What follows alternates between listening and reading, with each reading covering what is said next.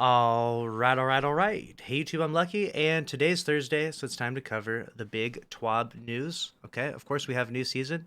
This is the second Twab of the season, and the first thing they want to talk about is skill-based matchmaking, and especially spicy topic because some people absolutely love it, some people hate it. Let me know in the comments below if you enjoy skill-based matchmaking, if it's getting you to play more or less Crucible, because obviously a lot of people have a lot of different opinions. I see it all over Twitter, see it all over YouTube, everywhere, and so they decide to deep dive into it to give a deeper explanation of how the season is going. And they talk about control week one. They talk about their loose skill based matchmaking.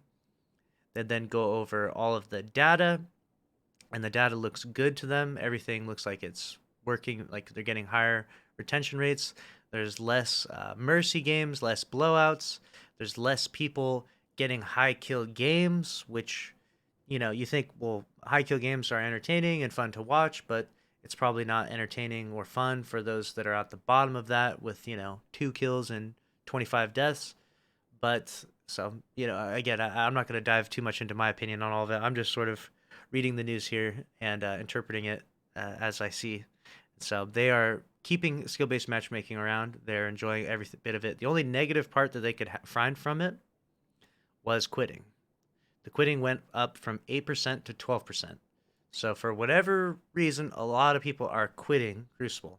I don't know who's quitting, why they're quitting. If you're quitting matches, comment down below what makes you quit these matches, what makes you not enjoy your matches inside Crucible, especially in Control with the loose skill-based matchmaking. Because all the other numbers, I could sit here and read off all the numbers for you, but basically they just say everything is better with skill-based matchmaking, and it is here to stay in Destiny 2 from Bungie's perspective. So that's what they're doing, and then they talk a little bit about their future plans. They want to get matches that have better connections, and then they want to have a like quitter protection thing or something like that, something to basically just make it so that way people are incentivized to stay in the matches versus quitting the match more.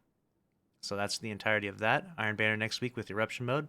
We'll see what the data shows with that. Obviously, you only have, they mentioned this as well, that only having like a week of data doesn't really demonstrate enough throughout the whole course of the season and stuff. We shall see what they do, because Destiny and Crucible has been hilarious in the history. They had earlier in Destiny 2, they had skill-based matchmaking, and then they just decided one day to just remove all of it.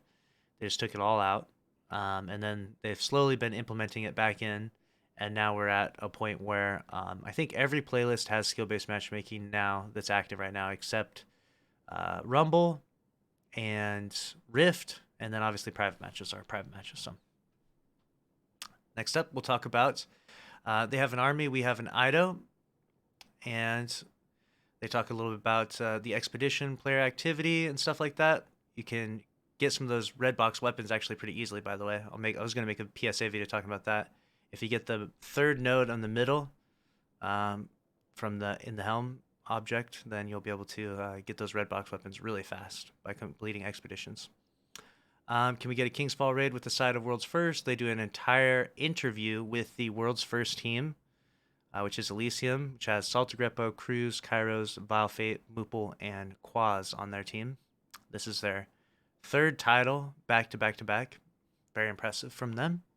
And then they go over all the data from the raid. They had normal mode, 1.9 million hours spent in normal King's Fall, and the challenge mode had 208,000 hours spent. So a lot of emblems to give away, and a lot of stuff being given out, raid rings and such. Let me know if you beat King's Fall day one, if you had a good time doing it. And then they do a huge interview with the team. Basically, just ask them a variety of different questions of, how they, came up with this team, what their strategies are, ideas about building a team for World's First, etc. And it's a pretty interesting interview, I'd say. A lot of good insights in there. Next up, we'll talk about teaming up with Team Rubicon for National Preparedness Month. So basically, Bungie is supporting a foundation that helps people when natural disasters hit. And so they're donating $150,000 of their own. You can, if you donate $50, you can get this emblem. And it goes towards a good cause, because when natural disasters hit, those people need help wherever they're affected in the world. So it's a good cause. Happy to see that. They're making another note about Guardians with photosensitivity issues. They're looking into helping that situation. And the player support report, they fixed the resilience bug, so keep that in mind. Now your resilience will work on your Warlock and your Titan, and then you also have some loud noises with Golgroth, so turn your volume down there still. And then the PvE damage resistance, there it is for Stormcaller, for Arc Titan, Arc Warlock. And then we got the Twitch drop emblem, list of known issues, Prime Gaming. Okay, there you go. All the Prime Gaming loot. You can link your Twitch to your Bungie.net. Get that stuff. Movie of the week, artist of the week. And that's a wrap for that one. Let me know your thoughts about skill-based matchmaking, and I'll see you in the next one. Thanks for watching. Later.